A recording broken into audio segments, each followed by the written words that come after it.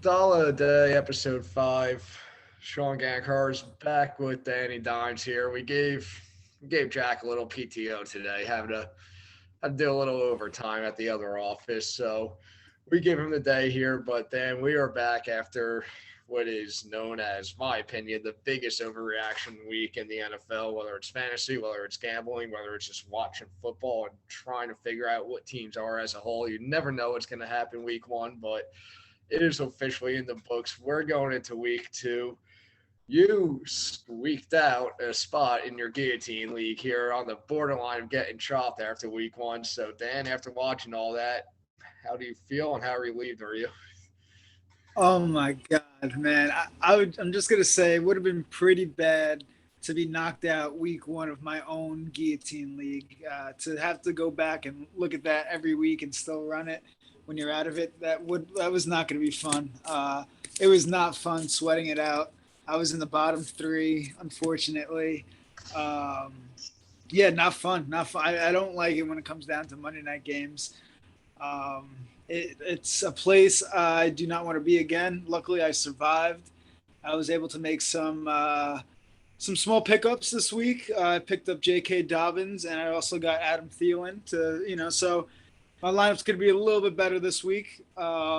Hopefully, I stay out of the bottom again because that was not fun being down there in the gauntlet. It was a rush for sure. I was one Cortland Sutton touchdown away from being knocked out. So I kept my fingers crossed, and yeah. So hopefully it's your turn this week, Sean, to be down there. How are you feeling? Your team's not looking that good. I'm not Yeah, gonna I lie. didn't love my team when I drafted it, but got 18 people in there, and I believed I finished in sixth, maybe seventh, 122 points. I was very happy with what I saw.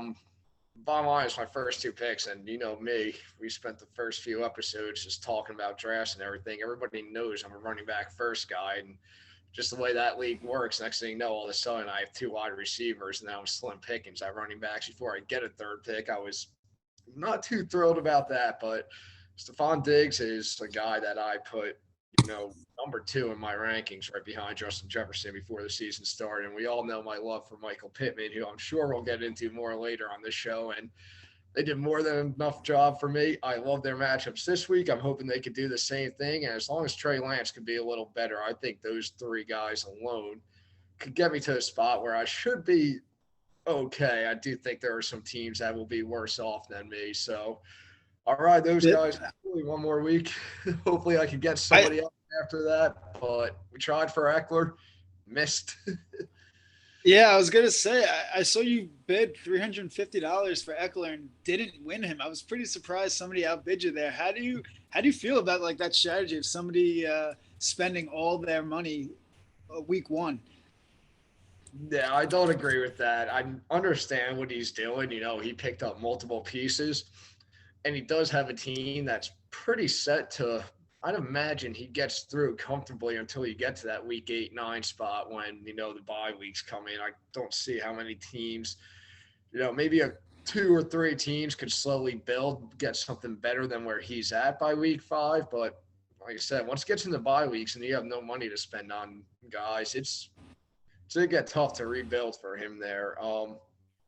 With that said, I kind Yeah, I was pretty shocked myself because he's pretty big into fantasy and for him to spend all of his money, not even leave himself a dollar to maybe pick up a defense later on was super shocking to me. The way he put it was he's set until mid-season. He's not worried about getting eliminated for the next 2-3 months at least. I'm curious to see how he works around the bye weeks. Um, God forbid any injuries that come up. He has Christian McCaffrey too, who's injury prone. So there's definitely a lot of risk spending all your money that early. But it's a strategy. Like he's not worried this week.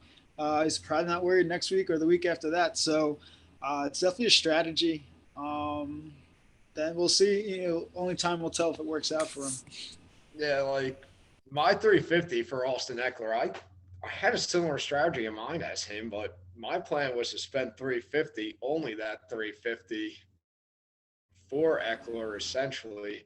And And I figure if I pick up Eckler and I can have Michael Pittman, Stephon Diggs, and Austin Eckler in there, I figure that's a good enough spot to buy me a good 4 or 5 weeks where I don't even have to worry about using any of that 150 I have left, if not even more than that. And once that comes, chip away at a couple pieces, nothing more than maybe a $50, $60 bid, get 2 or 3 more pieces, and hope I can ride that out. That was a thought in my head for Eckler, but actually somebody else had different thoughts than I did, and that threw my plan out the Yeah. window. One of few people that didn't even end up using the free agency budget after that, even though I tried to use more than half of mine. And at that point, I was just committed to riding with what I got going into week 2. And like I said, it's leaning heavy on Stephon Diggs and Michael Pittman, but I love their matchups this week. I think once again, they can combine me 55, 60 points, and I'm hoping that the other guys just fill in enough. Jahan Dotson, my flyer receiver, the 2 touchdowns in his NFL debut for Washington, was a nice little bonus that I'm not expecting again this week. But if he wants to find the end zone again, I'll gladly take that. Yeah, no, it was definitely an exciting week 1 to say the least. Fantasy terms aside, those games were all wild, coming down to the back and forth, coming down to the very end. So I think it really sets a tone for how this season's going to be. I expect every week to be like this. I've been saying it all off season that the NFL is finally evening out, as such, or at least, every team has, competent quarterbacks, well, minus the Jets, of course. But, we're getting to a point where all these teams can go out and win any given week, like forget survival pools. I'm already out of my survival pool. I don't know about you. I would assume the majority of us are. I think only like 10% of people survive. Yeah, and I was giving my friend shit for picking the against the Jets, our own team. I'm like, how can you pick against your own team? And he's like, I'm trying to win, and I went with Denver. I think you went with the Colts, and yeah, it's just week 1 is a crapshoot. It really is. You don't know how these teams are going to come out, how are they going to respond, and yeah, it's rough. Luckily, I did find out though my Survivor League. I don't know why. It's a double elimination, so I'm still alive, I guess. It kind of takes out the fun. I'm not that big of a fan of that, but twice, I'm guessing, right? Nah, yeah. You still can't pick the same team twice. But yeah. I mean, essentially the whole league. I think there's like 50-something people in the league. I think there was only like 8 people that survived week 1. So essentially, we're just all jumping back in, and now it's survival full time. But yeah, no, it's that's the beauty about the NFL. Anything can happen any given week. But speaking of anything that can happen, we had some key injuries week 1. Dak Prescott is out for at least a month and a half, 2 months possibly. Some key running backs. Eli Mitchell went down. So we're already getting some stir-ups in the fantasy world right out the gate. Did you get hit with any injuries or any bad luck week 1? I actually didn't get hit. Knock on wood. I came out pretty healthy in week 1. Like I said, I'm seeing guys today going into week 2, like the Kamara's not practicing, the Michael Pittman's limited, who on one team or another, these are guys I have. Seems like those should be more than fine to play once Sunday comes around. The fact that Pittman is the surprise. He wasn't listed anywhere. So hopefully it didn't happen at practice. That's the only thing they're saying is the worry right now. As long as it didn't, they're saying he should be fine to play. Alvin Kamara, I read about his rib injury Monday. Sounds like Dennis Allen thinks he's going to be more than okay to go. I'm not too worried about that, but my biggest concern is the Cowboys and the Dak injury. As somebody who has Zeke and Dalton Schultz on teams, Zeke on multiple teams, actually, I believe you have him in our Guillotine League too, which is probably your biggest fear.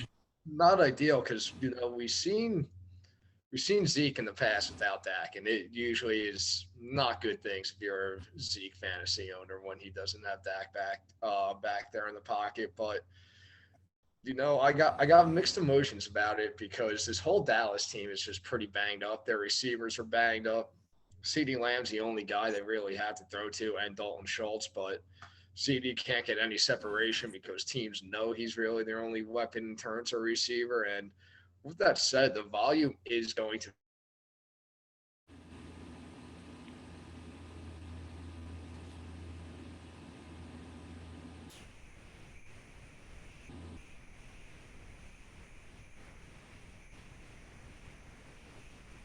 Zeke, yes, but I do think his volume will definitely be there for sure.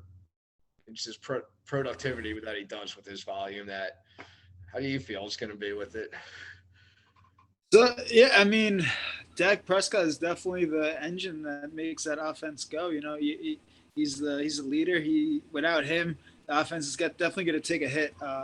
But I think it really only takes a hit in the passing game. You know, guys like C.D. Lamb, Dalton Schultz, they take the big hits and the big losses in the fantasy world from it. But I think on the counter side, guys like Zeke and Pollard, they will get an increased volume, some more looks. Maybe they try to do ground and pound more often. I think it helps out the guy. I still don't love owning guys like Zeke. I don't feel great having him in my guillotine league. But believe it or not, I actually traded for Zeke this week in another league. I traded Keenan Allen for Zeke straight up. I had a lot of receivers. Keenan Allen's already battling hamstring issues. It was just something I didn't want to have lingering around. So I pulled the trigger on that with hopes that Dallas does utilize the run more. With Cooper Rush now as the quarterback, maybe they look to dump it off to Zeke, in the short game a little bit. So I don't love owning anybody on Dallas's offense right now, but if there was anybody, it'd be the running backs. Yeah, like I said, that's really it because somebody on that team has to get the ball, and really, that's their safest and best option for getting it.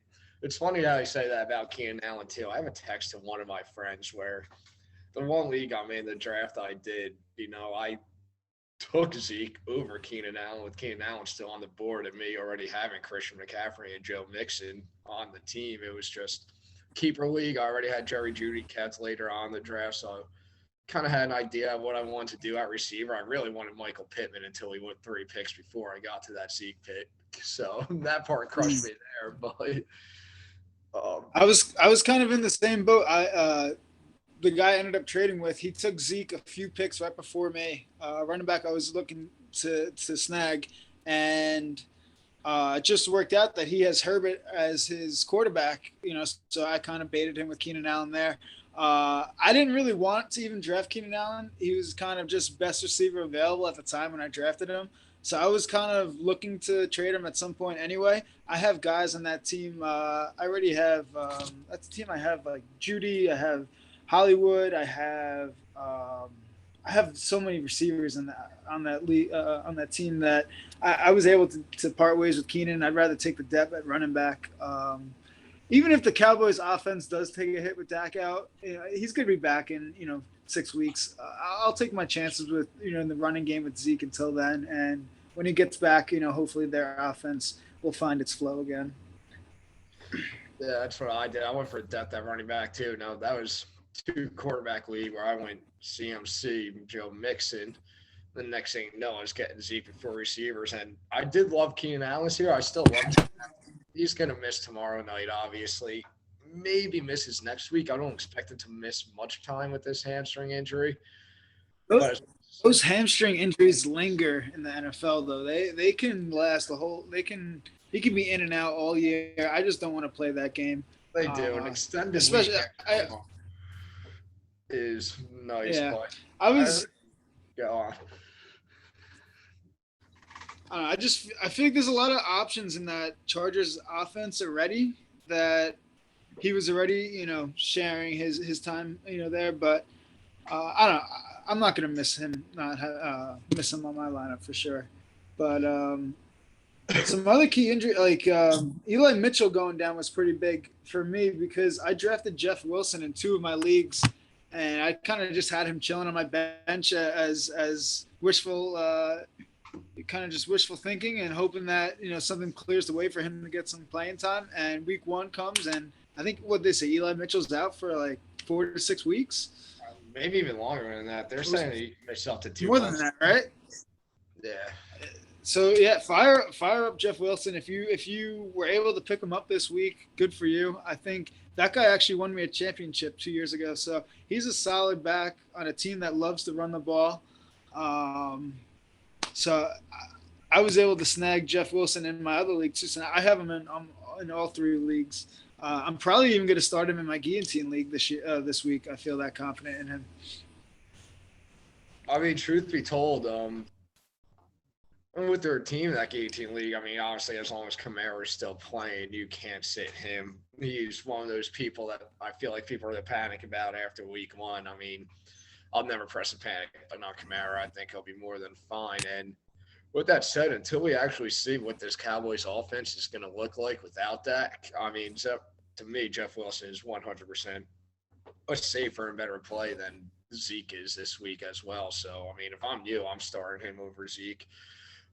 Definitely, no, he's one of the top week waiver wire ads. Just looking at what he did, obviously, he's on everybody's radar.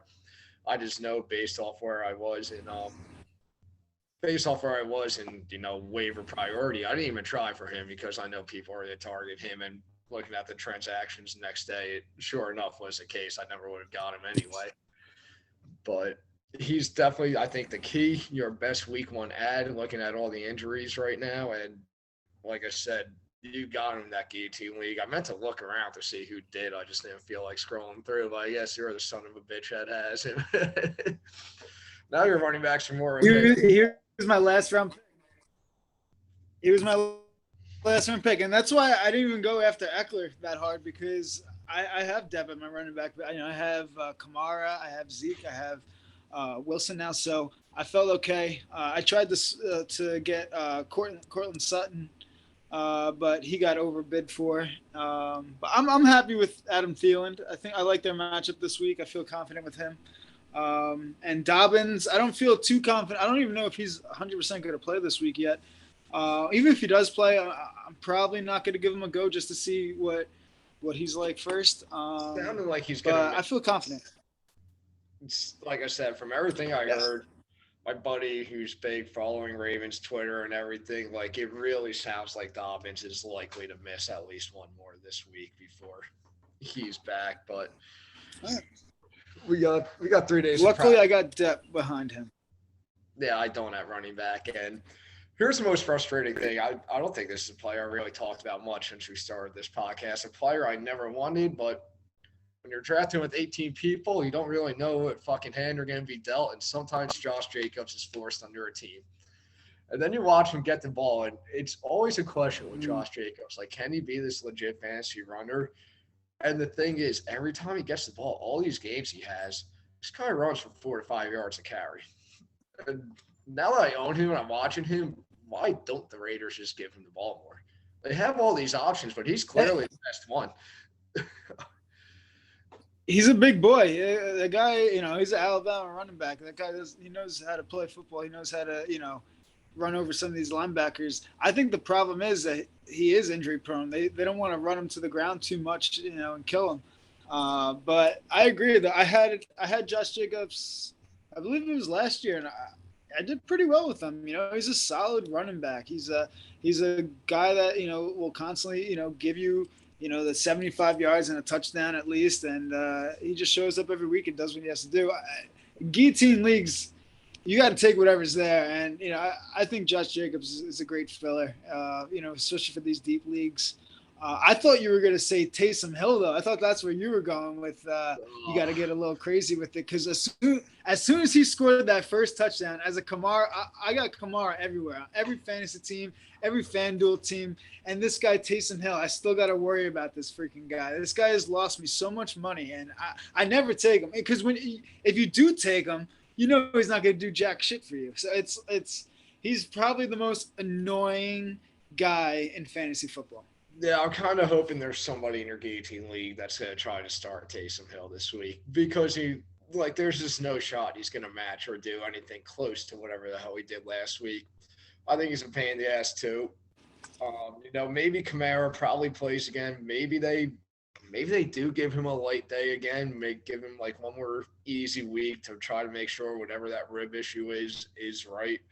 Which is definitely another reason why I'm panicking on him, but just give Kamara the ball more, and especially in a game like this. This is a big game for the Saints coming up this week against Tampa Bay. And we know the Saints give Tom Brady and these Bucs problems, and the Saints want to go win, kind of prove that maybe Tampa ain't going to run away at this division so easily. You got to give your best players the ball, and that's Alvin Kamara. I agree. Couldn't agree more. Couldn't agree more. Um, Let me see some other key pickups. I almost picked this guy up before Sunday. Was Duvernay on the Ravens. I was thinking about picking him up. I ended up going with Jarvis Landry instead, which ended up working out. But I saw Duvernay was a hot pickup this week. I didn't really buy into it. I don't really buy into any receivers on the Ravens. Do you think he was worth the ad this week? To reach out and use a waiver spot, a waiver ad on him. He cut out for half a second, but I'm assuming you said Duvernay, right? Yeah. I was saying, like, do you think Yeah. he's worth the waiver ad this week? Do you think he's going to pan out to I don't think consistently I don't do think this he's week? worth the waiver ad, honestly. Just because when it's all said and done, my go-to Ravens receiver, and Lamar Jackson is a guy who I've always respected as a quarterback. He got the job done, but he's always a guy I kind of shitted on about how he throws the football, and really wasn't hasn't been till kind of the middle of last season before I started giving him respect for that. And with Mark Andrews there, my guy always this year coming in for the Ravens was Rashad Bateman, who also got a job done if you were a Rashad Bateman owner fantasy week one. Like, I think those two guys are enough the way the Ravens run the ball, where they're going to get most of their targets anyway as the season goes on. I'm sure Duvernay will probably have another handful of games like that, where he's going to hit 15 plus points, but I don't think he's going to be consistent enough. If you want to send a waiver wire on it, maybe you like the matchup he has for the week, go for it. But I think every time you play Duvernay, it's boom or bust, and there's no middle ground there for just a typical Yeah, 12. no, I agree. I agree. I think not that he got lucky week one, but I think his week one stats are definitely an outlier. I think he's definitely more boomer bust in that offense. He's just not a guy that I'm willing to risk. Putting all my eggs in a basket week one. And, I'd rather probably either pick up nobody and save my waiver pick, priority, and get somebody next week, or just go with what I already have. But I agree with you there on Duvernay. I mean, Um, there's probably a handful of guys like that week one too. Another one, another one who I actually think is more interesting with that is a guy that kind of was forced to start in your guillotine league and it paid off. And I brought up earlier is Jahan Dotson. You know, first round rookie receiver out of Penn State. Do you expect that consistency for him in Washington, or how do you see him playing it? no, but I don't expect the consistency. But I'm also not surprised in that big game. He was a guy that was pretty, recognizable in college. He was a big name receiver at Penn State, and uh, being that the receiving core on the Commanders is so thin. Other than besides McLaurin, there's not really other any big time receivers on that team. The sky's the limit for Dotson. He's gonna have the looks. He's gonna have the timeshare out there. I don't trust Carson Wentz to put up the stats he did every week. Um, but I think with a good quarterback, Dotson could be that reliable receiver week in and week out for sure. Yeah, I'm a Terry McLaurin owner for the first time ever in one of my leagues this year, and I still have mixed emotions about it. I was kind of forced to. It was that keeper league where I had Jerry Judy, and at the time he was the best option on the board. I knew I was coming back around, and I was still probably getting Juju, who I even liked more, which I did. That said, I rode the McLaurin trade week one and sucked the whole game long, but then all of a sudden he does what Terry does and catches you a 40 plus yard touchdown or something late in the game to bail you out for a fantasy week. And I feel like he comes into the league year one or two, whatever, he's a PPR league, PPR guy too. Like this guy was catching 7, 8 passes a game. And now I feel like you're getting 4 or 5 and you're kind of banking on the big touchdown from him. So like I didn't really like him coming in. I was kind of forced his hand to play him, and I don't know how I feel about Terry McLaurin this year at all still. Yeah, that's kind of how I feel about everybody on the Commanders' offense. It's just Yeah. it's too boomer bust. It's too risky for me. I stayed away. I don't know anybody on Washington this year. Will I play them in Dallas fantasy? Sure, I'll throw them a couple lineups, but that's about it. But a receiver I will play, and I will keep talking about this guy all year because he came out first game of the year Thursday night, first drive. You knew it was coming. Nice throwback right into Gabriel Davis's basket, easy touchdown. I came everywhere. It's just when you put all your eggs in one basket and it cashes in first drive of the season, it felt amazing. I was on a high from that Thursday night game.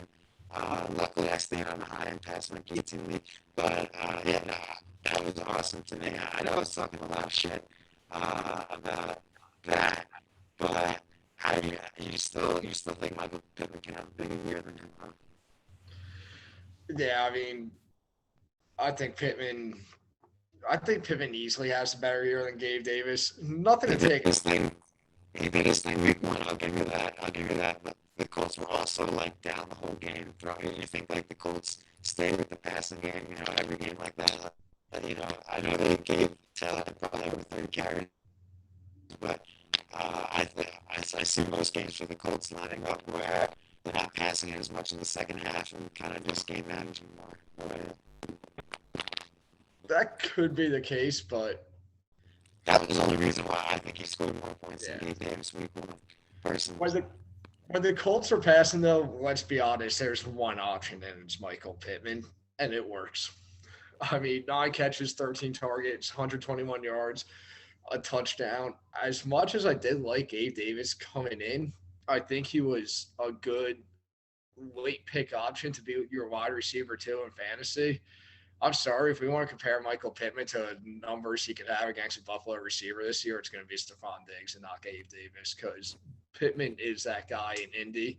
I think I mean, it's Indy's best wide receiver quarterback duo since, I don't even, probably since the early Andrew Luck, T.Y. Hilton days. And then we're talking the fucking Peyton Manning, Reggie Wayne days before that, I think. So when you Yeah. look at that duo, I'm definitely probably taking a reach when I compare the two. But it's just something. Gabe Davis is just a guy I've been so high on all year. I'm going to stay on his train. And yeah, it's just to see Pittman constantly put up those 20-point games every week. I just don't see it. I mean, I hope he does it for you so you can stay in this guillotine league a little bit longer with me. But I don't know. I think one down game, from him can really do value, in that league. And overall, if they, Like I said, one injury, can change a whole season, obviously. But the fact that the Colts don't have that depth at the wide receiver position kind of almost turns me off even more because it shows defenses that all they got, Pittman's the only guy they got to really shut down. So, later on in the year, if teams catch on that this is their only go-to guy, will he, start getting shut down later on in the year or? it's not easy to do though when you got Michael Pittman or Jonathan Taylor to worry about back there too. You got a guy like Taylor back there. He opens up the whole passing game, and what this kind of what this kind of reminds me of too is how like a running back could open up a passing game, and you're gonna laugh, you're gonna hate me, but it's honestly it's what worked, it's how it worked, and it's how it turned this receiver into a stud, especially for a fantasy season. But the year the Giants won the Super Bowl in 2007, when they had multiple guys back there that could rush the ball for 1,000 yards, like no matter what, you had to worry about those running backs. And Plexico Burris, who's always a good receiver like Michael Pittman, but nothing like some of the studs that were in the league at the time. Like they're better receivers. Just how I think they're better than receivers than Michael Pittman right now. But look at the numbers Eli Manning was able to put up with Plexico, knowing that he was able to get the ball like almost half his throws too. Like when you have a running back like that, where a defense have to focus in, and you do have a good enough quarterback, which Matt Ryan, tail end of his career, I understand that, but he's still good enough to get Michael Pittman the ball. I think it's going to work. I think it's going to work season long, especially if Jonathan Taylor's back there. that's just an extra piece on defense that needs to come up to focus on him pretty much every single time he's back there, and that's just more room for Michael Pittman to run. His time will tell. That is for sure. And I believe, did you pick the Colts to go to the Super Bowl? Was that your Super Bowl team? I picked the Colts to win the Super Bowl, and are you still feeling good about that after Week 1? Well, considering the Colts haven't won a Week 1 game in 8 years, I'm not concerned at all. To be honest, the one thing I do like is the Colts were dead in the water that game. They were down 17 points in the fourth quarter, and the fact that they showed the fight they did, granted it was against the Texans, but I mean, they lost to the Jags Week 1 last year too. Like, they just, I don't know what it is. It's 8 years in a row. They don't show up Week 1. They were losing Week 1 when Andrew Luck was still there and everything. It's just what they do. The fact that they showed the fight that they did, and say goodbye to Rodrigo, but also he can make a 40-something yard field goal in overtime. They do complete that comeback and are 1-0 right now. So hey, he might be the next kicker for the New York Jets. Oh yeah, we can't even find a kicker. The Jets they make me so mad. I just want to watch. Yeah, we have, and who used to be a great guy, great kicker. When we first got him, I was pumped, and then I realized how old and washed up he is, and this guy he sucks. And the fact that we cut that dude Eddie Pinheiro, and now he's down in Carolina kicking game-winning field goals. Not Carolina. I'm sorry. Where is he? He kicked the game-winning field goal this week, and I don't know. It's just I just want to watch a competitive Jets game in the fourth quarter. Apparently, that's just so much to ask for. Yeah, that I haven't been granted with that in, I don't know, good 5-6 years. It gets to a point where it's not even about hope at this point. It's just I don't even know. I should have been a Bills fan. I don't know why I put myself even through this misery, but I do. So I think you'll get a competitive fourth quarter for your Jets this week, and it's still only week 2, so it kind of matters. But I want Mike White in there. I mean, they're never going to do Mike White this year, though, knowing that Zach's only a week or 2 away. They're going to ride with the vet. I feel like these games in the early season are important. With how the NFL is now, this extra game, all these games count. If the Jets go 0-4, with these games without Zach, season's over. You ain't doing shit starting 0-4. You want to hear my bold take? And they're calling me ridiculous and biased as a Giants fan, but I think it's very possible. I said it on BS show last night. Look at the Giants' schedule, and they could be 4-0. No, I honestly, I didn't want to toot your horn last episode, and one of my best bets was going to be the Giants over. But I didn't want to publicly say it. Now I'll publicly say it because they won week 1 now. But honestly, coming from a Jets fan, the Giants impressed me this week. Dable's he's got some balls on him, and that's how you change a culture. Honestly, a lot of people say you can't change a culture in one game. I disagree. I think that one play alone, going for it, yeah. Us being, West Virginia Mountaineer fans, we know way too well. Dana going for it in the fourth quarter against Texas a couple years ago. That's just what football's about. If you're afraid to take those chances, then especially on the road. Yeah, exactly. Honestly, thinking about it, it was the only play they could have done because number one, if you don't do that, you're a pussy, and number two, you're just not there to win. You're just not, and you're never gonna fit in New York either because New York would have ripped them if he kicks a field goal, and no matter how that game ends. You have a chance to win the game like that, you go for it, you do it, you put your balls on the table. I give all props to the Giants. Honestly, that was the first time I high-fived somebody after Giants game, after Giants win. I was pumped that they won.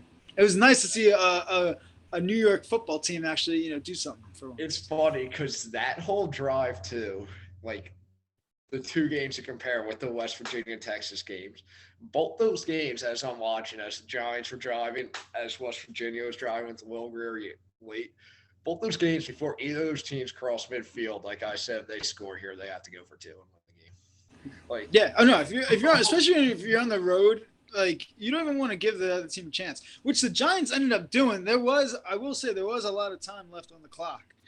I'm sure every Giants fan was thinking the same thing I was. Like, well, we know how this one's gonna end, and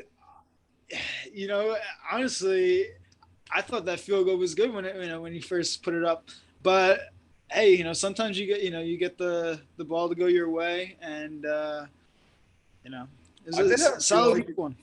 I did have a feeling it was a miss it just based on the fact because they did go for two and they did get it, and that's just something the Giants don't do. It's like I feel like I feel like we're actually the catch a break for once because we actually did what we were supposed to do and got it. Yeah, no, that's the football guys rewarding them for saying, good job, way to be G men, instead of these G women, you know what I mean? Like, so no, definitely props to the Giants. I'm excited to see at least one of the teams in New York take some steps forward. Hopefully, when the Jets get back, Zach Wilson, Robert Saleh's, keeping receipts on all of us talking shit. So I'll eat my words. I honestly hope I'm wrong. I as a Jets fan, as a fan, like we want to be wrong. We want to see our teams do good. Like I don't want to sit here bashing my team. Like nobody wants to do that. So I don't understand that whole thing. But let's say this about the Giants.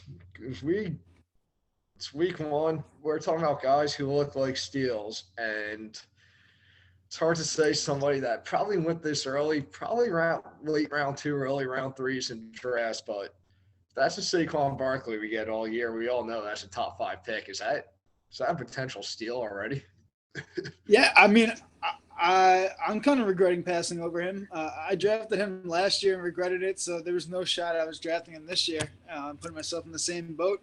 But, yeah, I mean, after week 1, he's looking like, if not top 5, at least top 8, top 10 running back in the league, looking like his old self. If the Giants can keep it up, keep playing these competitive games, keep feeding him the rock and getting him involved, he's definitely I wouldn't say a sleeper in draft, but a guy that a lot of people skipped on that probably regretting it right now. Yeah, it's crazy.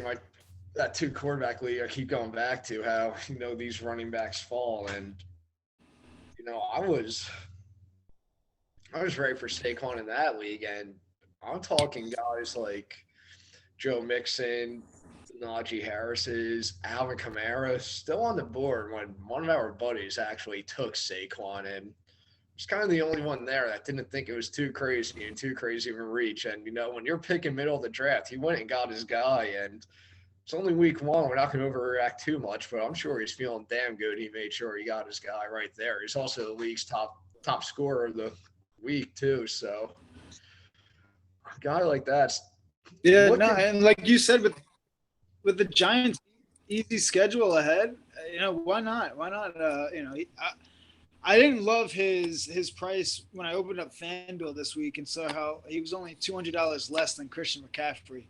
I get he had a monster game, but I think I'm gonna choose to pay up to get Christian McCaffrey this week. If anything. But if you're a Giants fan, if you're a Barkley owner, you got to be feeling great. I will say this, and of course we'll get to the DFS stuff towards the end of the show. Christian McCaffrey, this is what I love about being a Christian McCaffrey owner. Like, the guy just didn't have a good game, but I looked down, and in terms of it was a bad game for Christian McCaffrey, he still got me about 16 fucking fantasy points. It would seem like a terrible game from CMC, and when you look at it, I mean, hey, Dontrell Hillier with the Titans just caught two touchdown passes against the Giants out the running back position. So definitely keep your eye on McCaffrey coming this week. With that said, I mean, here are some guys you think are looking like steals in the draft. I know it's only week 1, but anybody you're buying into that you think could run? So week 1, and I let you guys know this early. I gave everybody a heads up weeks in advance. I said if you're looking to draft Cam Akers, you might as well just skip over him and wait to draft Darrell Henderson like 8 rounds later.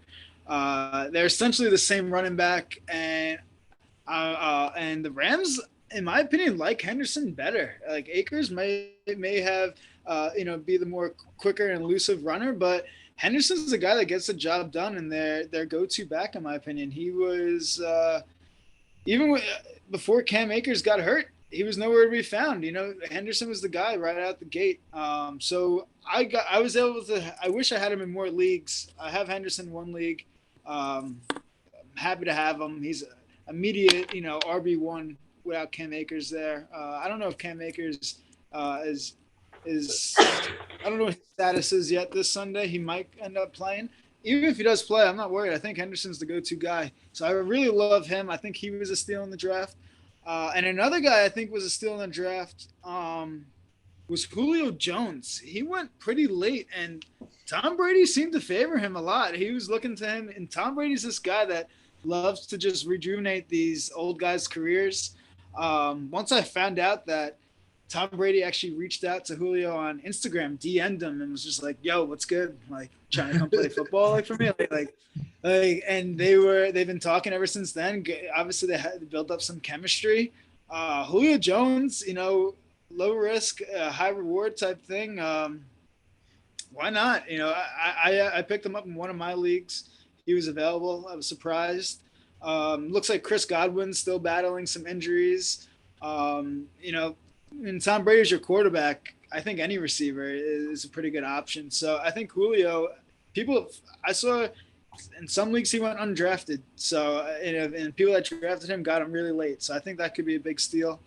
And last but not least, James Robinson on the Jags. This guy he was a stud even before his injury last year. Everyone's talking about Travis Etienne. But this guy, James Robinson, has been in the league for a few years and already established himself. So I think that they keep, giving him some feeds. And, I'm not saying throw him into your starting lineups, but he's definitely a nice, solid bench option to have around. It's it was last year you said kind of got me laughing because I drafted Julio Jones late, and then right before probably Friday, so a couple days before kickoff. As much as I like Julio Jones, as much as I think he can be a late round steal, and Godwin looked like he might have tweaked that injury a little. I think Tampa Bay should be a little more cautious with him. So like Julio Jones for the next 2 or 3 weeks, I'm sure Tampa Bay is not going to. I think they push Godwin back to begin with week 1. So I'm sure they're giving 2 or 3 weeks kind of off no matter what here. Once Godwin comes back, I think I fade Julio Jones a little, but these next few weeks, Julio Jones is a good piece to have. And you want to steal some wins early in your season and fantasy, build up a little lead, go for it, play him. But I literally dropped Julio Jones actually for James Robinson, who was undrafted in our league. I said, no, well, we really don't actually know for sure if ETN is going to be the guy in Jacksonville. I mean, James Robinson off the injury, yes, but he's been very good there, and he's still in his early mid-20s. Like age and shots he's taken in the NFL isn't really an issue. And looking at that game, it's almost like a Cam Akers, Darrell Henderson situation. Like is James Robinson actually the go-to guy there, and we were just overreacting with Travis Etienne coming into the season, or are we going to see this switch as the season goes? I feel very good with James Robinson now. I think because of how Trevor Lawrence and Etienne were previous teammates, I think that got super overhyped. I think everyone just expected, the Clemson Tigers to be out there, playing for another national championship or what. But James Robinson's a guy I always loved. He won me a championship 2 years ago. I rode, him and Henry that whole year, and I picked him up right before the year started. And he just, if you watched, the game from last week, he looks like the James Robinson from his rookie year again. This explosive running back that has a niche for finding the end zone, and is just a great producer. And he already has the experience. A lot of players struggle making that transition from college to the NFL. Especially running backs. They don't realize how hard these linebackers are actually coming after them, and how quick these defenders actually are. So to just throw Etienne in there as the go-to starter, and people were drafting him in the first 4 rounds, I thought that was ridiculous. I stayed away from him. If he was going to fall to me and I was going to draft him, it was going to be later. I wouldn't draft him in the top 5 rounds. So, I mean, every draft I was in, he went in the top 5 rounds, and I'm sure those people are regretting it. I'm in one league, a guy, both his running backs are Cam Akers and Travis Etienne.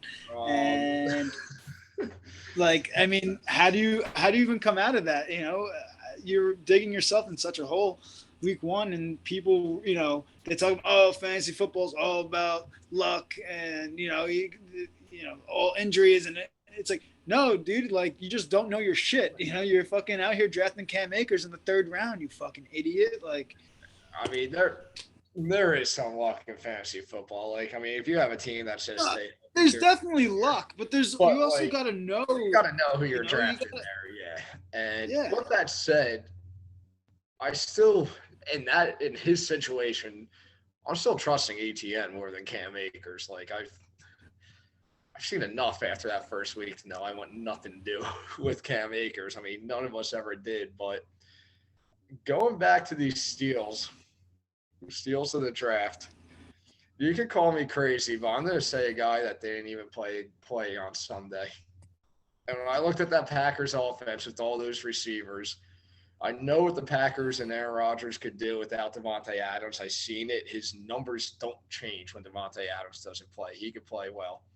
But Aaron Rodgers needs Allen Lazard. And he's kind of a guy that went as a 10th or 11th, late round flyer. I got him on 2 teams, and I almost feel better about having him now after watching what Green Bay just did without him. Like, they clearly need him. He's going to be Rodgers' number 1 guy, and when you're Rodgers' number 1 guy, for sure he will get you the ball. Yeah, no, that's a great point you bring up. I forgot about him because he didn't play week 1, but I have him on 2 teams as well.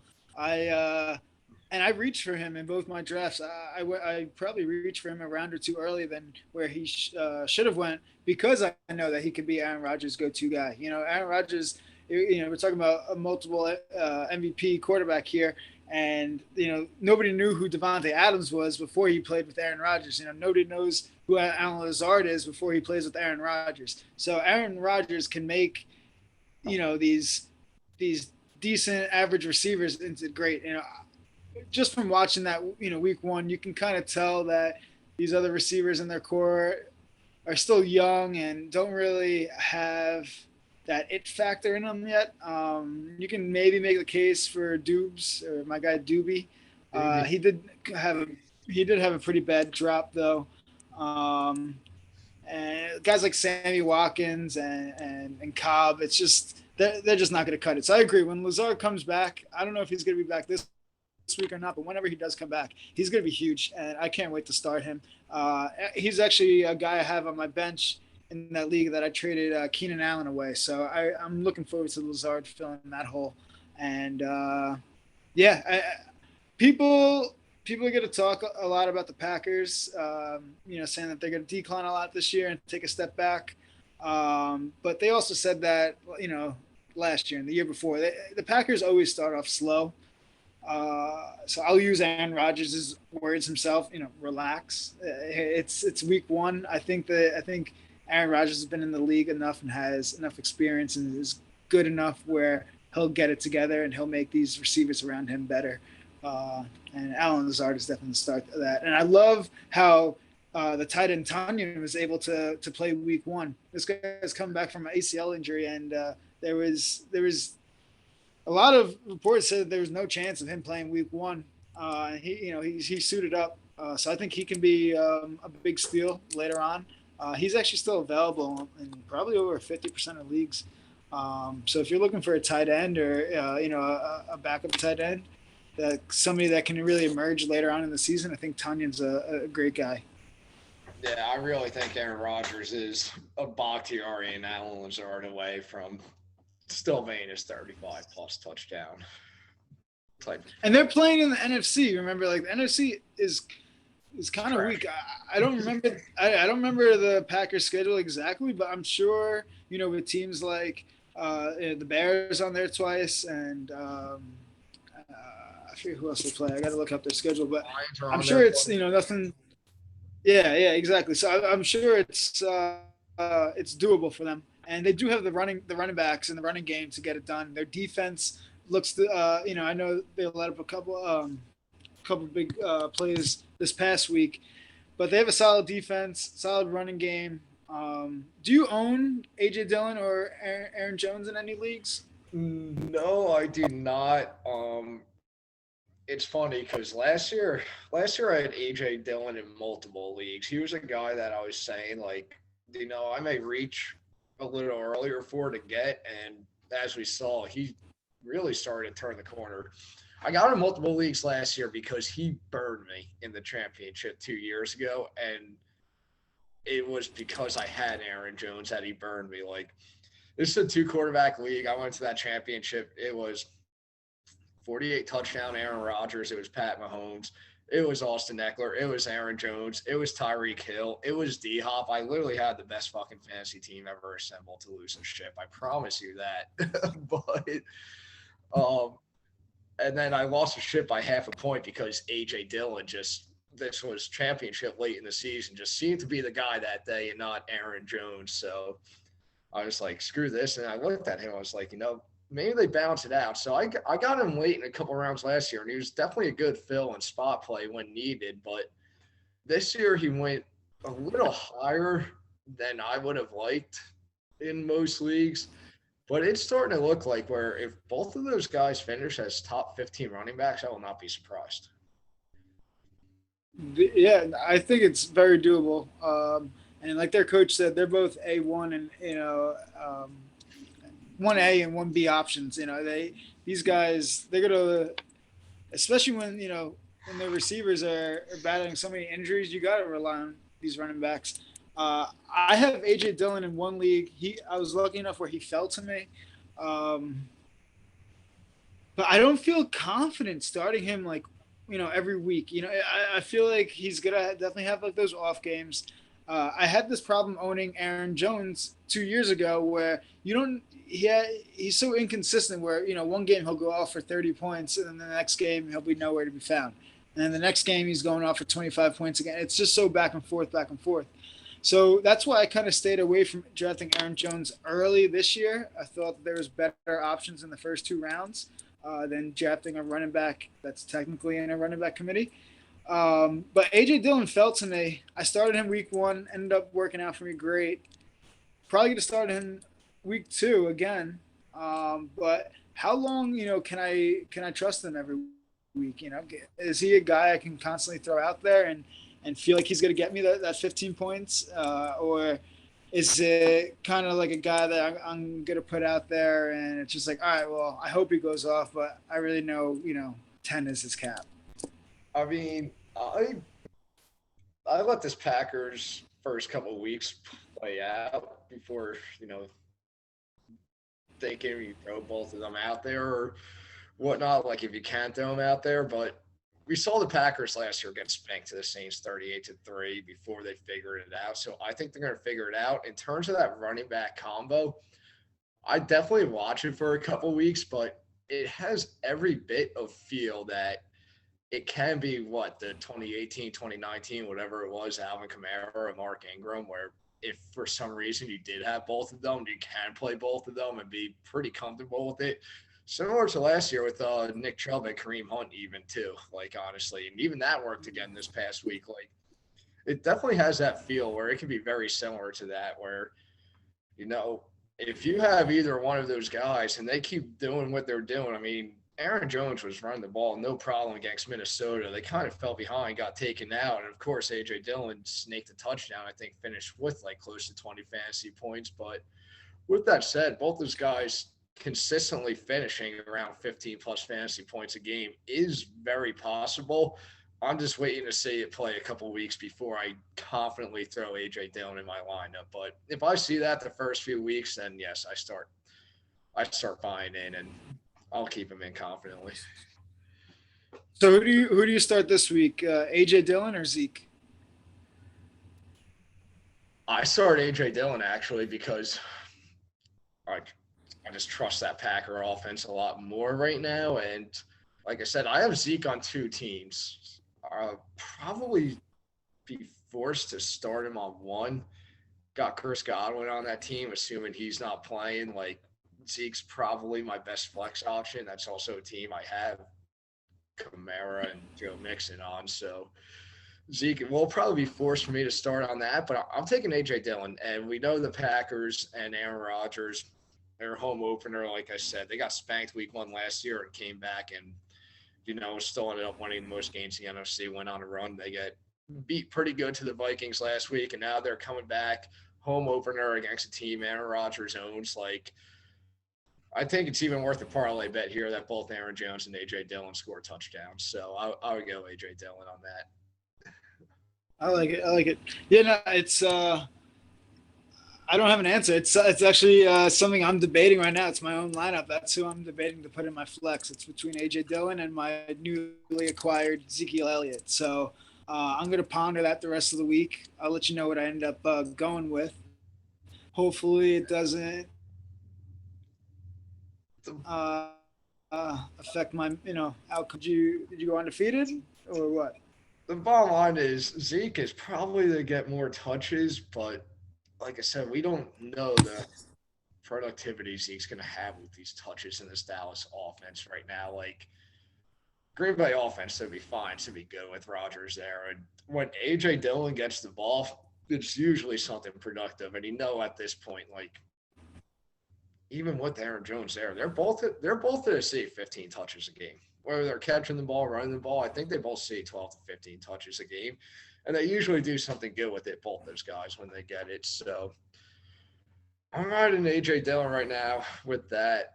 I want to see Zeke more. You see a big game from Zeke. It's still early in the season. You bite the bullet maybe that you bench him, but at the same time, at that point, you can confidently throw him in your lineup saying, okay, maybe you can still do something with this Dallas offense. But I think AJ Dillon's safer personally.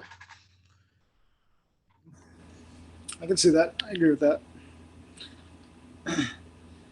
Man. All right. Man. Man, it feels so good to just be back in like fantasy football. See, it just like it's like nothing changed, like the football season started and it's just we're right in the middle of it right already, and it feels right.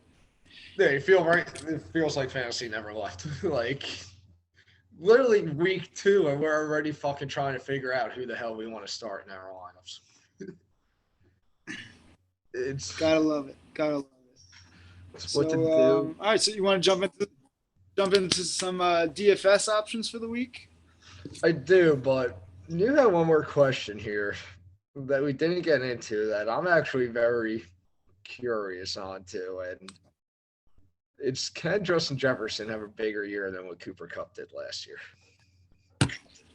I forgot about that. You're right. And I'll go first. I think absolutely he can after seeing what he did week 1. And he's going to do it with a lot less in a quarterback with Kirk Cousins too. Yeah, I mean, I don't know how much less Kirk Cousins actually is than Matt Stafford. I've been a Kirk Cousins hater for fucking 6-7+ years. I don't know.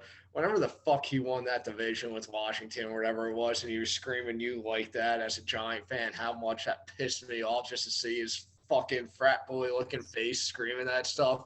Like, I wanted nothing to do with that guy. I hated that guy since. I'm like, this guy's overrated. And he's done nothing but play football games where he beats the shit teams and lose in prime time with the lights on him. I've been saying, I tell you, for years, but Kevin O'Connell there, he is literally maybe in the best coaching situation he has. Like, he's the guy to bring out the explosiveness in Minnesota. And I agree with you. I mean, what Cooper Kupp did last year is pretty extraordinary. And if he doesn't beat Cooper's Kupp season and Jefferson's able to stay healthy, he's going to fucking push it. He's going to be damn near close to it, I think. I mean, we just saw what he did. And now, yeah, I'm right there. I've never been a Kirk Cousins fan. I'm in the same boat as you. When there was rumors of him possibly signing with the Jets, I was like, no. Like, he's not the answer. I'm so happy they didn't sign him just because I see he can't win the big games in Minnesota. But the guy can put up stats. I will say he is kind of similar to Stafford where he can put up stats, given, the right players around him. And the Vikings have done nothing but put skillful players around him. So, I mean, why not? I think, is this his last year in his contract? in Cousins' contract? I believe it is, but I mean, if Jefferson's there and he's going to have the Kirk Cousins probably gonna be top 10 fantasy. I mean, if the Vikings don't go in at least a deep playoff run, they got to at least start to consider other QB options, because if you're putting guys like Jefferson, Dalvin Cook, Thielen, even like Irv Smith at the tight end, you built the offensive line. You're putting this good of a team around a quarterback. There's no reason why you shouldn't be playing deep into the playoffs. You put any other the quarterback on the Vikings, and you could arguably say, that they're a Super Bowl team right now. That being said, I've always liked Kirk Cousins in fantasy. The guy can chuck the ball. And it seems like Minnesota's always putting up points, no matter who they're playing. They give up a lot of points, sure, but they also, they usually do a good job of going punch for punch with teams. So Cooper Kupp, yes, did have a crazy season last year. In my opinion, Justin Jefferson, eye to eye, is just a better receiver than Cooper Kupp. So why can't he? I don't see no reason why he can't. So yeah, I say yeah. After seeing, I actually was in our Geeth Jefferson second overall, and I kind of texted her and I was like, "Ooh, I'm like probably should have went running back there instead." And she was like, "Nah, like I got this. He's my boy." And of course, I was watching the games with her this weekend, and every single time he caught the ball, she's talking shit. And I think she finished, if not in first place, second place in the league, in the guillotine. I believe she was second, yeah. So it's when a receiver is able to make that big of an impact, I say the sky's the limit. I think the Rams had more options on offense, and Cooper Kupp was still able to do that. I think how Justin Jefferson's the go-to guy on that offense, he can definitely pass what Cooper Kupp did. Yeah, I think he can too. I mean, just the scheme, so O'Connell's drawing it up for him, because I can promise you, whatever he's doing, it's working, because for him to be that fucking wide open on his second touchdown pass, like, however, I was saying that worked all day, even if it's in the middle of the field, wide open, like unbelievable. I'm like, all right, that's one who guy else are they covering? That is one guy you can't lose on defense. Everybody knows that he's running in the middle of the field. There's no reason he should be that open unless, you got a guy that's finally drawing something up to make this offense, which has been working fine, other than Kirk Cousins shit in the bed. But, I mean, this offense has always been loaded with explosive players for the past few years, and he's going to bring the best out of it. I mean, the Vikings offense is going to be fun to watch. In this NFC, I mean, I'm a firm believer now. I've seen enough after week 1 to know they're going to make the playoffs in that conference. Yeah, I'd say that's a lock too, as long as bearing that they stay healthy. But yeah, Vikings are the purple man. They're looking good. All right, let's get into daily fantasy now. I threw a team together. I got my list together. As we go down the positions, I'll tell you who I stuck with, who's actually on my team, but guys that I look, the guys that are worth, depending on how much you want to spend for that position.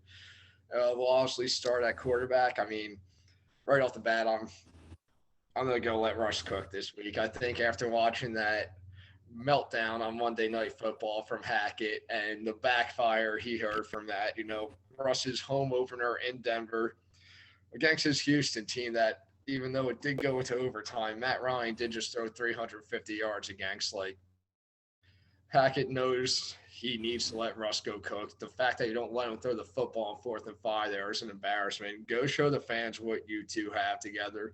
Go get it done against this team.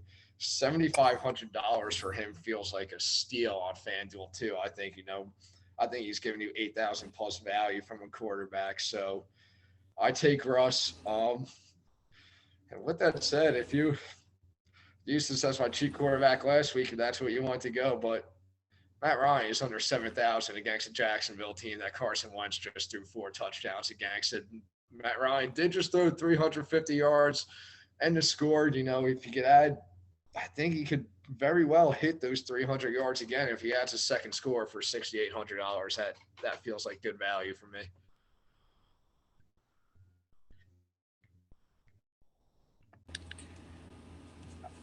All right, so quarterback options. I'm in the same boat as you. I love the price tag on Russell Wilson.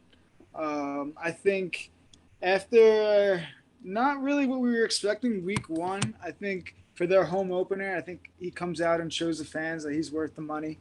With guys like Sutton, Judy at his disposal, I think it's only a matter of time before he explodes for his first game in Denver, and why not against Houston? So he was actually the first quarterback that drew my eyes. But right below him was also Derek Carr, who I thought was at a great price. I love the matchup this week. I think that game can be a shootout. He was another guy that didn't have the best week one, but I think week two can really explode and show what the offense can really do there in Las Vegas. So I love Carr. And right around the same price tag, I love Matt Stafford this week. I just love the matchup. I think he can. I think with Akers dealing with injury problems, maybe they tend to lean more on the pass game. I think kind of week one was a way for him to test out his elbow almost. They didn't want to overdo it too crazily, but I think they realized that they're going to have to throw the ball more if they're going to want to win these games to keep up with these high-scoring offenses. But yeah, I would say Russell Wilson, Derek Carr, and Matt Stafford are the main guys I'm looking to build around. But I do love the Matt Ryan play. I know I've talked a lot of shit about Matt Ryan so far this year, but he does hold a lot of value this week. Jags pass D did look pretty brutal.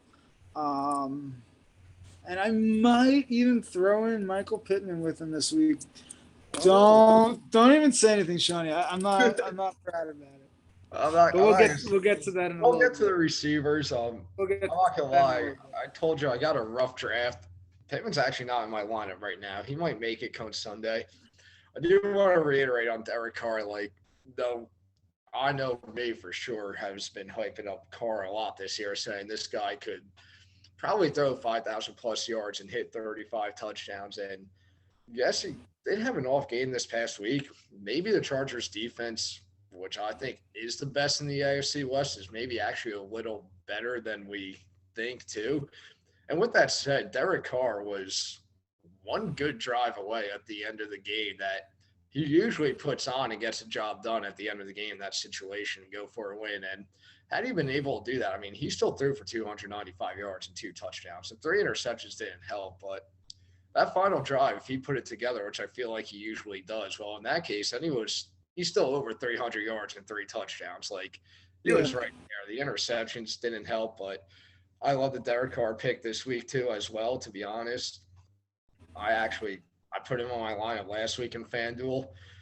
I really wanted to do it again this week. I just think after everything would happen in Denver, I'm just going to ride with the fact that they kind of have no choice but to go at their home opener and show them why they got Russ and everything and get the job done there. But, yeah, no, I agree. Derek Carr, another great pick. The running backs, I'll let you take this one. Who you got? Running backs, I went to go check the price tags of Jeff Wilson and Henderson.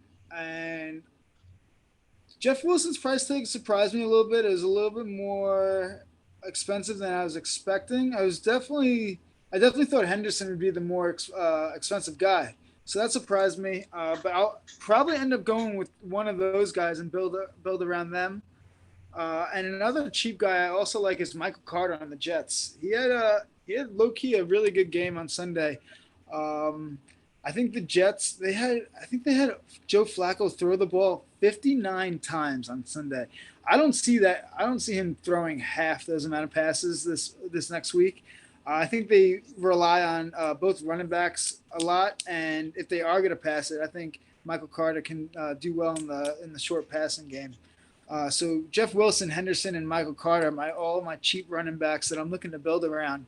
But if we're looking at guys that are more pricey, more flashy, I love Christian McCaffrey this week. I know he might be some chalk, but this guy, you got to play him until he has that one game that he just goes off. You know, it's bound to happen. The Giants did surprise me a lot last week. And I do love Saquon Barkley also, but I just don't like how he's only $200 less than Christian McCaffrey. I think there's a lot more upside with CMC there. I honestly don't love too many expensive running backs this week. I'd rather pay up at the wide receiver and quarterback position, which I usually don't do. But I just feel like some of these running backs early on have just been overpriced, in my opinion. Um, Even guys like Chubb and Mixon being over 8,000, I don't love. Swift is a guy I think I'm going to take every week, but he's now battling an ankle issue. I don't know what's up with that, but if he's playing, I do love some DeAndre Swift. And another guy, oh my man, all these questionable tags are now popping up on these running backs. Another guy I was really looking at this week was Fournette. I really love Fournette this week. He turned 21 carries into 127 yards last week. Didn't find the end zone, which kind of tells me he's due to find the end zone this week, which is why I love Fournette. But I just saw he has a questionable tag on him now. It looks like he's battling a hamstring issue, which could linger. So be aware of that. Yeah, I mean, I'm gonna go with my running backs here. When I'll start with my high ends too. I actually got three running backs. My flex is a running back. I am playing Jeff Wilson. I did think 6,300 was a little higher than I was expecting.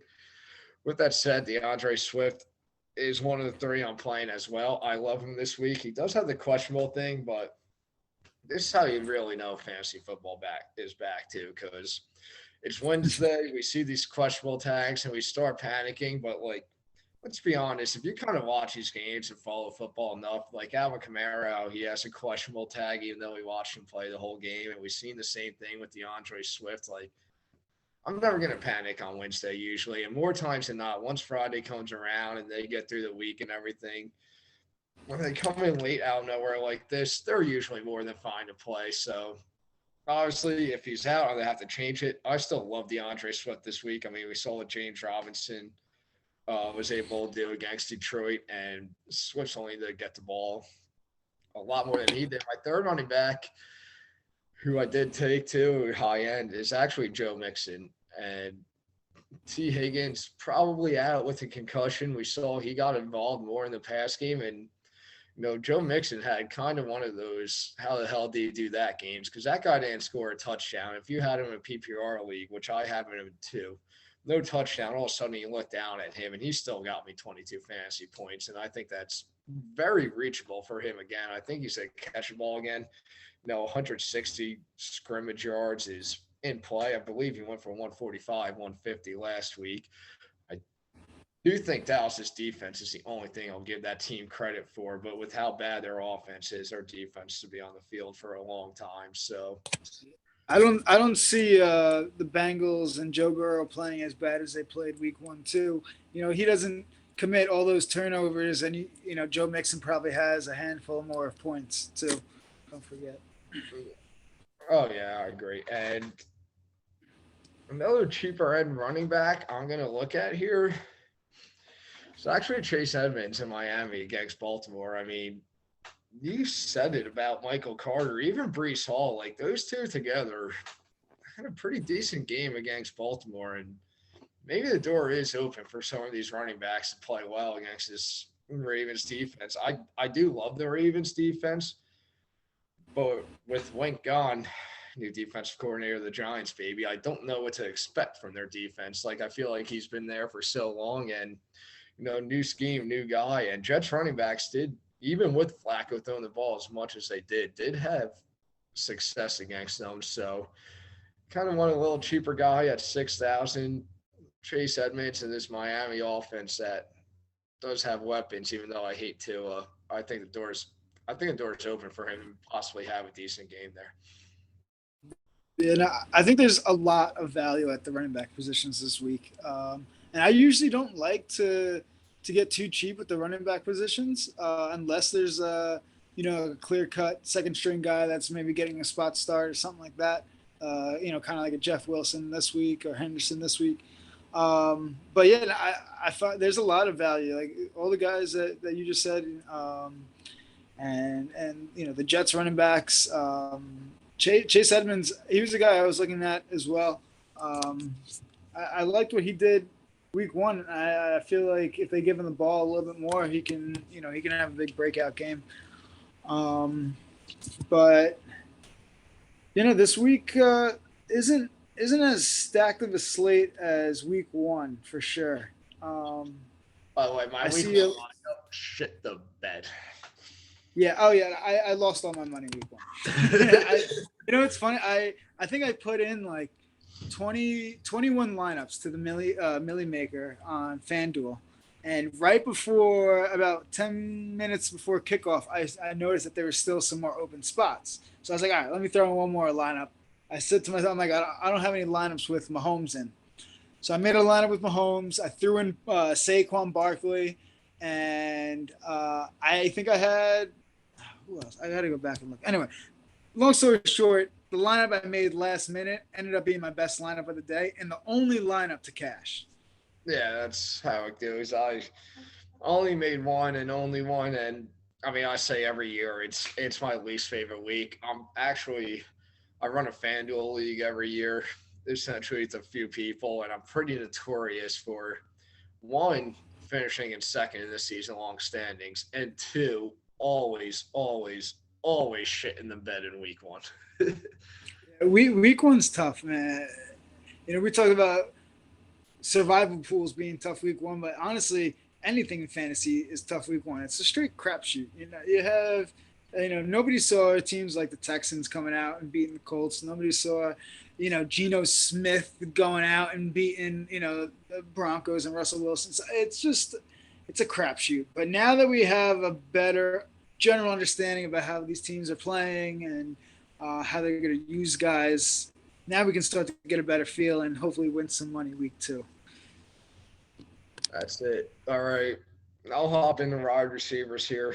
The three I'm starting, I got Russell Wilson to complete my stack, and I'm taking Jerry Judy over Cortland Sutton. I even believe cheaper than Sutton this week. Let me double check that. I love both of them this week. Honestly, I have no problem with stacking all three of those guys together. Russ Wilson with the two receivers. Yeah, that's probably the play. But if you do want to save money, because let's look at their games even week one. Both of them 4 catches on 7 targets. Judy just happened to have the breakaway one, so his 100+ yards and touchdown went for Sutton's more 72. But you're getting the same look. So if you want to save money, go Judy. But yeah, I'm with you. I don't hate stacking both. Receiver 2, I'm spending money on this one here, but we already talked about his quarterback, and Pat Mahomes just threw 5 touchdowns against his team. Give me Devontae Adams too, catching the ball. I didn't really expect Devontae to skip a beat with Derek Carr there. We kind of saw in week one, 10 catches for 155 and a score. Pretty much the same numbers he was getting with Aaron Rodgers. You can keep riding with him if you have the money. I've made it work. Receiver 3, this is actually a budget saver, but I'm going to take it. And after he sucked week one and probably disappointed a lot of people, but this is part of those week one flukes I'm not buying into that he's that bad. I'm taking Allen Robinson at $5,700 because he's playing a Falcon team where we saw Michael Thomas come back for his first game since before COVID, catch 2 touchdowns. Jarvis Landry went over for 100 yards. Chris Olave wasn't on board.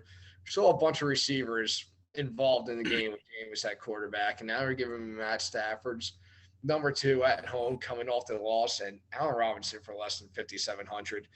I'm still buying high on Allen Robinson. He does not have nearly the Cam Akers panic button in LA that I think a lot of people that drafted Cam Akers may have. For you people that drafted Allen Robinson, I'm going to tell you, relax on that. Be patient. I think he will be more than fine in a game like this. I think we'll see him more involved. Yeah, I don't hate A-Rob. I didn't draft him in any leagues. I don't trust him in for fantasy teams, but daily fantasy at that price tag, he's cheap, and I'm sure after a dud week last week, people are going to be turned off to take him. You can get him at pretty low ownership. I think I don't see him being more than 5-7% owned, if anything. Um, and great matchup against the Falcons. Yeah, I don't hate it at all. He's actually a guy I skipped over, and now you're kind of convincing me otherwise. I was looking at guys like Renfro in that price range. Like you were saying, cars do, to show what he can do. I think, between Devontae Adams and Renfro, one's bound to go off. I love Renfro's price tag, but I'm also paying up and getting Devontae Adams this week with you. I I went cheap on running backs this week, so just to get guys like Devontae Adams. So I love Devontae Adams this week, and I think Michael Thomas actually stays hot and becomes the Michael Thomas that we all know and are accustomed to seeing. And that Saints offense loves to throw the ball. Jameis Winston loves to throw the ball. They're just going to constantly continue to throw the ball. And a matchup with the Bucks where they could be down potentially, I think they're looking to Michael Thomas a lot, especially if Kamara's limited at all. And Michael Thomas is still decently cheap. Who knows? Another big game like week 1, and you're never going to see him at that price tag again. So get him while he's cheap. Enjoy it while you can. Build some lineups around him. Love Michael Thomas. Another guy I love. I already talked about him before. On the other side of the field is Julio Jones. He's still looking for that first touchdown, just like Allen Robinson. It is these teams they get these new skill players, and they're doing the same thing we're thinking. Like get them the ball. They want to get them involved. Week 1 they might have not got that first touchdown, but week 2 they're going to be looking to get their feet wet. They're going to be looking to draw plays. I love Allen Robinson to score a touchdown anytime now. Actually, I'm actually about to lock in that bet now. But guys like Julio Jones, these old school veterans that just know how to get the job done. They have a niche for finding the end zones, and it's only a matter of time. So yeah, I love Julio Jones, and I said it before, but I love both Sutton and Judy. If you're not going to play both, play one. Probably go with Judy because he's cheaper. And he seems to have the more boomer bust, upside, I would say. Seems like he's the more deep pass option. But I love Sutton too. I think both of them, like you said, score a touchdown this week. And Russell Wilson has a big week. So those are my receivers I'm going with. And I'll jump right into tight end for you, Shawnee. And I'm sticking with receivers on the Raiders. I think Waller has a huge week this week. Didn't have the most exciting week 1. He was a guy that was kind of battling some injuries coming into the season. But I think the matchup is fat for him. He's another guy I think that's it's only a matter of time before he finds the end zone first time of the year. So I love Darren Waller. And I love Tyler Higbee on the Rams. This guy had 11 targets week 1, and he went undrafted in like a lot of leagues. People seem to forget about him because he battled some injuries last year, but that offense is lethal. And you got quarterbacks like Stafford that's just always looking to throw it, and it seems like he's one of Stafford's go-to safety nets with 11 targets. So I love Higbee in a high-scoring matchup this week. He's cheap, and I think he'll be involved a lot. And right below him is Zach Ertz, who I also think is good. The Cardinals kind of disappointed me week 1. I was expecting a lot more from them. I didn't necessarily expect them to win, but I expected that game to be a lot more high-scoring, a lot more closer. So I was a little disappointed in them. I think I think I don't love Kyler Murray as much as I did last week, but I love Zach Ertz this week as the safety net for him. I think Hollywood Brown isn't going to be the guy that we thought that we think he, the same guy that, as his Oklahoma days playing with Kyler Murray. Yeah, this is the NFL. These D backs are strapping these receivers better, and not college anymore. Zach Ertz, however, can be that safety net for Kyler. Short, needs short yardage, need that first down, end zone threat. I think he's going to be cheap all year. Zach Ertz is a guy I'm going to be playing a lot. What about you, Shawnee? Yeah, well, Darren Waller right off the start, it's crazy because people look at it I don't know how he did week one, but I mean, only 4 catches, yes, but still gave you damn near 80 yards, like 79 yards, and I don't hate that as at the tight end spot. With that said, I will say this: the tight end I am playing is Zach Ertz, so I'm high on him. You were talking about Arizona, maybe don't trust Kyler as much or the team as much. I've been fading Arizona coming into the season just because of the Kyler all season storylines and then the injury problems that they do have on this team. So they did show and everything. With that said, I think you said it perfect. Ertz is the Kyler safety net, and as somebody who owns Ertz on a fantasy team, I mean, that fucker caught 2 passes last week, and just so happened one of them to be a touchdown. Then he, not PPR lead, but he also called a 2-point conversion, and all of a sudden he's a top 10 fantasy player with that. So I think he could only kind of go up from there. I think he's a guy that can catch 4 or 5 passes a week, and in a shootout game against the Raiders, I do expect him to probably find the end zone again. I love Ertz as a sleeper tight end this year. Like I said, I drafted him, so he's my guy in FanDuel. I think Darren Waller did more than what people think. Taysom Hill for 6,200 is the most ridiculous looking price for a tight end I've ever seen in my life. Please do not touch that if you're listening. That's the sucker pick right there. Taysom Hill is you can, if he's ever priced more than $5,000, you can't take. You're only gonna win when he's priced under $5,000, and you take it. Yeah, and that being said, I still would never take him just because it's so unpredictable when he's gonna show up. Yeah, exactly. And we brought this up earlier in the podcast how I don't love to trust Washington players, but if you want a tight end, same price as Zach Ertz here. Logan Thomas, he did have 6 targets from Carson Wentz. Now he's playing a Detroit team that just allowed 38 points. So, no, the door is open for Logan Thomas to score this week. He's going to get his targets. He's probably going to hit the 40, 50 yards he did again. And for 5,200, if you could steal a touchdown out of that, I think that's worth the pick too. I'm just taking Zach Ertz for the same price over him because I think Ertz is a little bit safer bet, but I don't hate Logan Thomas this week either. Can't argue with that. Logan Thomas is a guy I don't really like, but I see the potential for sure. And I'm looking. I'll never be able to pronounce his last name. In the group chat, we call him Albert Encyclopedia. But Denver's tight end, he honestly impressed me. He was more involved in the game than I thought he was going to be. He almost had that touchdown. He got stopped right at the half-yard line. I think he's going to be a red zone threat this year. I don't know if I necessarily love him this week just because I am going to be playing a lot of heavy Judy and Sutton. But I will definitely throw him in a lineup or two with Russ, and he's at 5,100 right now. So it's a pretty cheap option tight end. You go cheap at tight end and running back and defense, and you can stack out the rest of your lineup pretty well.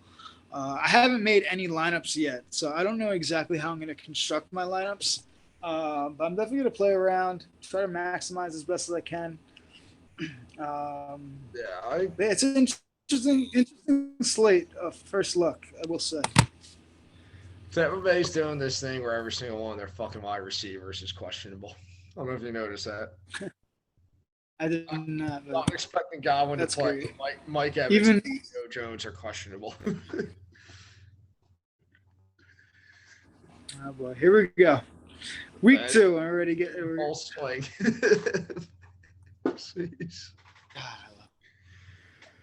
But yeah, Albert and Encyclopedia there. I mean, hey, that's another guy that I feel like we didn't even see that earlier on in the game. Then we look at it, he was targeted 6 times, and we're both high on Russ this week, so feels like numbers. Yeah. I went ballsy and I started double tight end in my guillotine league, and Albert was in my flex spot, and he did his job. He got a couple. I don't know how many points he got, but he got me through to the next week. So he'll be on my bench this week, respectfully. But in DFS, why not? He's a cheap tight end option. And honestly, there's not many great. All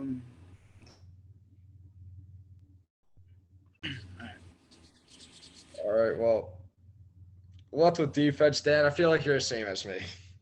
I don't give a fuck about my defense, to be honest. I'll go adjust it. Usually the defense is honestly the first thing I pick because I'll just essentially pick it. That way I get a real idea at where my budget is with what the defense I have and if I want to adjust it. So my strategy is scroll all the way to the bottom and start scrolling up. And the second I see a game that I think is going to be pretty low scoring where defense can do enough job. And the first one for me is New England at 3,700, that New England Pitt game.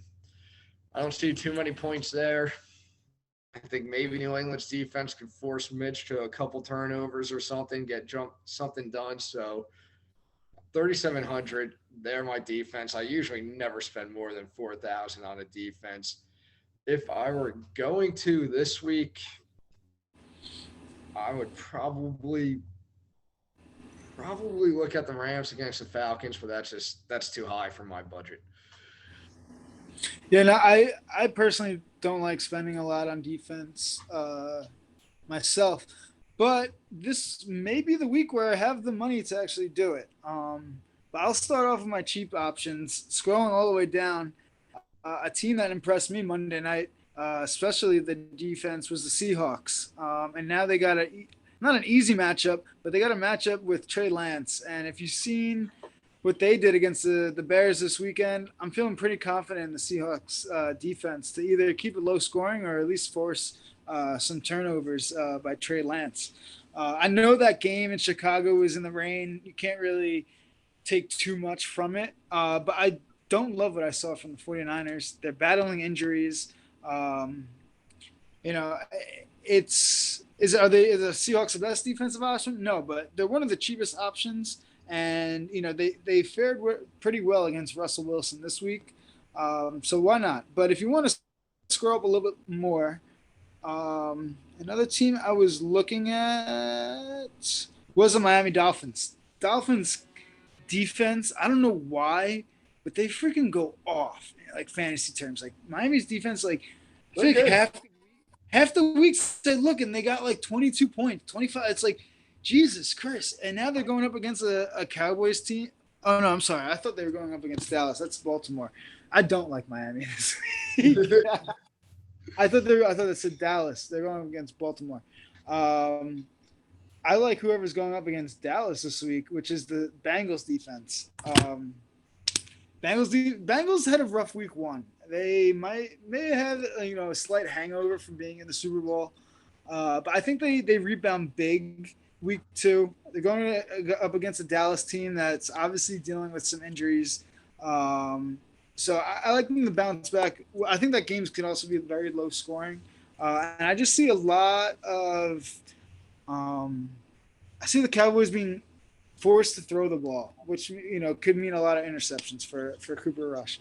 So, but honestly, I think this might be the week where I pay up for defense and take the Steelers. Steelers defense always plays well. They always play tough, and now they're playing this New England team that, for the first time in my lifetime of watching football, looks lost, and just a Patriots team that just, yeah, dude, they're bad. Like honestly, like, I'm looking forward to the Jets playing them this year, because I think the Jets have a great chance, not even just to win one game, but both games.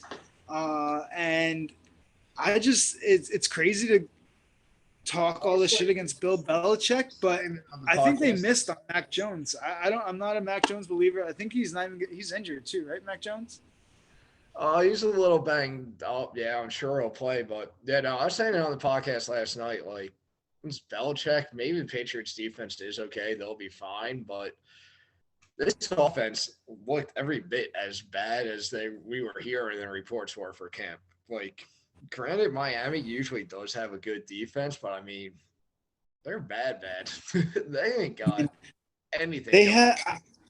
I mean, you're a Giants fan, Sean. You know Joe Judge better than me. They got this guy calling plays up in New England now. Like, is that not mind blowing? Like I don't know, and because we're Jets and Giants fans, so we've seen the Patriots have all this success, and we know what works and what doesn't work, and we've seen it firsthand. Joe Judge is a bad coach, and specifically in play calling, and now Bill Belichick takes him back so quickly and just has him running it's weird. I don't know if Bill Belichick is doing it on purpose because he wants out and he wants. I don't know. It's something I'm not used to, but something I don't hate. So I'm not complaining about it.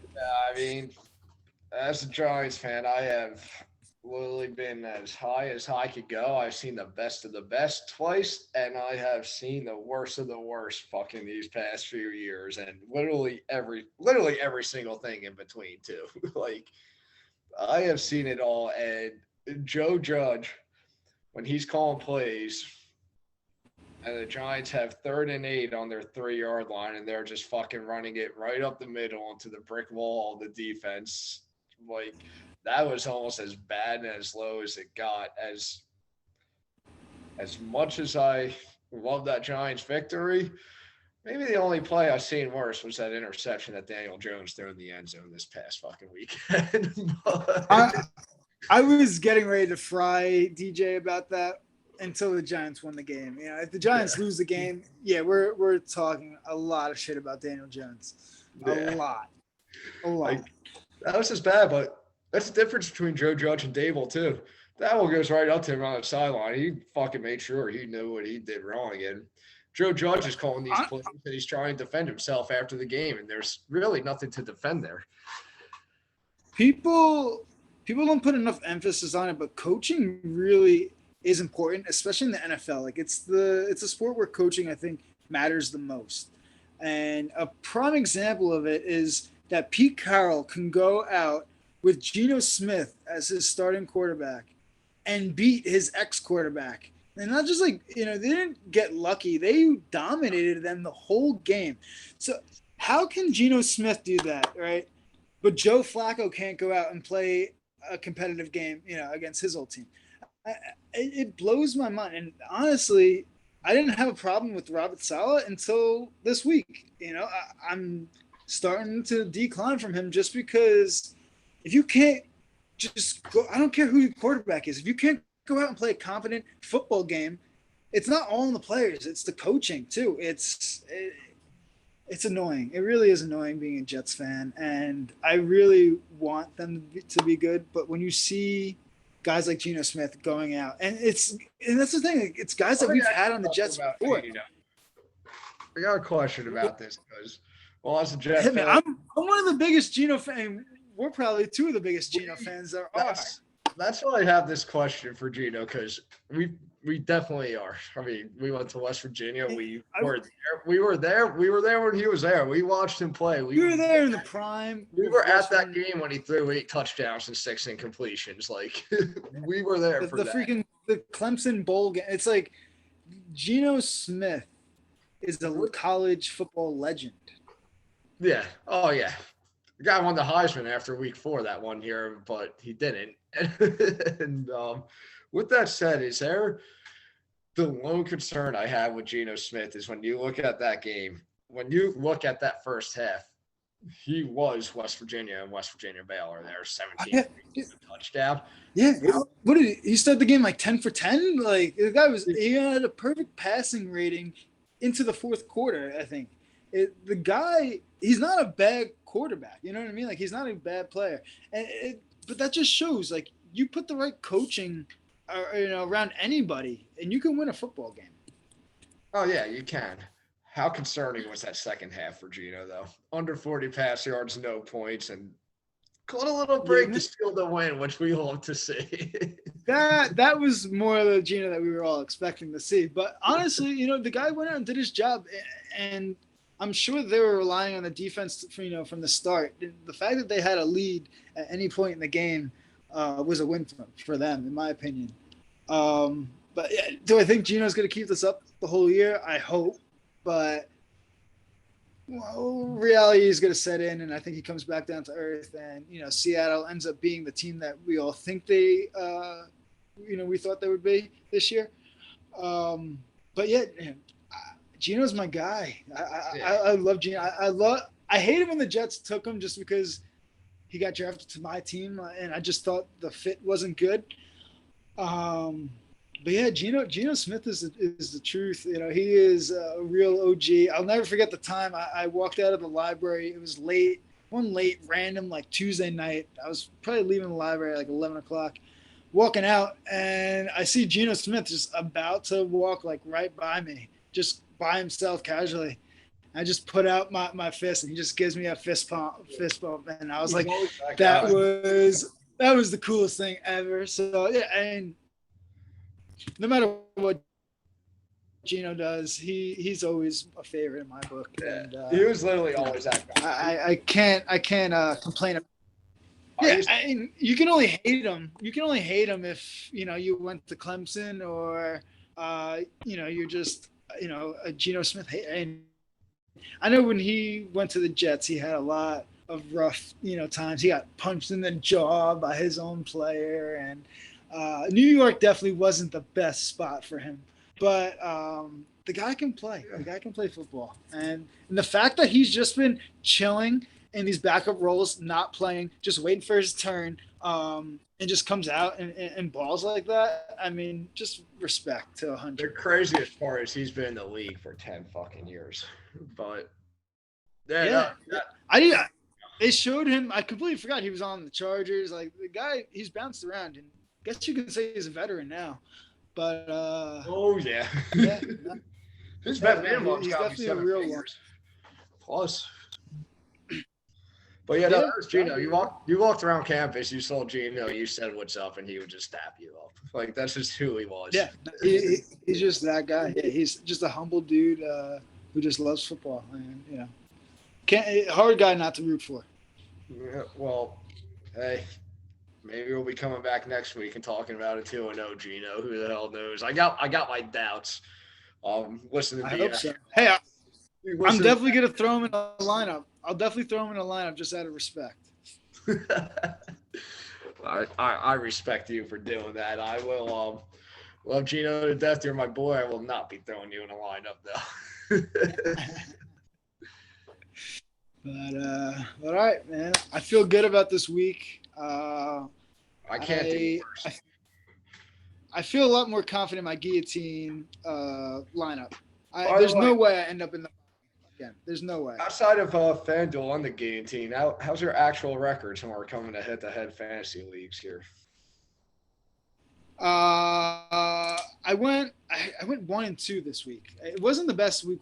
I don't normally start out hot. Week 1, like you said, it's a crapshoot. It's you're trying to figure out your team, figure out stuff. But with that being said, the 2 matchups I lost, both of them were only by 3 points. So I'm right there. It is what it is. It's week 1. I'll start worrying about it. A month into the season, if I'm 0-4, I'll start worrying about it. But I feel confident. I'm still liking all my teams. Yeah. How about you? You swept the board week 1 or? No, I didn't. I actually only have 2 teams outside your guillotine league. I'm doing the FanDuels, and I had an even 1-1 split right here. I will say this: went into Monday Night Football. down 22 points, and Jerry Judy coming in, a nice little 60-yard touchdown, PPR league. Lucky enough for that league, gets a 4-point bonus for 40-plus yard touchdowns. It's also the league Jack is in. I will be playing Jack this week. He's not here to defend himself. He will be here next week. I plan on beating Jack. Plan on getting to 2-0 while sending him to 0-2. I'll let him defend himself next week. Maybe we'll both be 1-1, but I'm planning on 2-0 in that league. So you get him 0-2. And Judy had right off the bat of week 1 Monday night bailout for me from 22 points down. So I'm 1-1. I'll gladly take it. The team that lost, I was projected to win big too, but Alvin Kamara I need to bounce back from him. I'll say that about that team. Really quick, I know we're both already out of survival pools, but anybody that's left in survival pools, who do you like this week if you had to pick?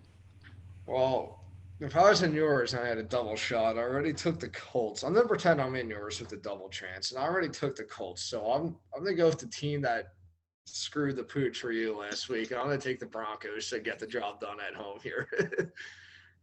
That's a smart pick. I don't see the Broncos starting off the year 0-2 against arguably two of the worst teams in the league. I unfortunately can't use the Broncos this week. And I normally hate to pick against my own team, but the Browns are looking like a good option. They're back at home in their home opener going up against Joe Flacco. I probably won't. Like I said, I normally don't pick against my own team, so I'm probably not even going to go down that line. A team that I love, I was planning on picking this week, but now I don't know, is the 49ers. That's my pick too. I think my top 3, I would go Denver. 49ers are my pick too. If you're to pick Trey Lance, this may be the best opportunity you get. And then follow that up. I mean, I think the Rams bounce back too. I don't think that's a bad option. But it's. I want to take the 49ers, but I have zero trust in Trey Lance. Like zero. I wish Jack was here just so I can say it to his face. And especially after how Geno Smith just went out and how they beat Denver. How can I pick against Seattle 2 weeks in a row and be out of my survival pool just like that? A double elimination survival pool, and I'm out by week 2 because of 2 losses, to Seattle. I couldn't live myself. I really couldn't. So I don't know. I have a lot to think about. Like I said, I wasn't even planning to be in this double elimination survival pool, but I guess I'm lucky enough to have a second chance. So I'm going to – the Rams, yeah, I like the Rams too. But you made a good point. I don't see myself using the 49ers in any other week other than this week, so I might be inclined to take them. But tune in for next week to see how that one goes. That's it.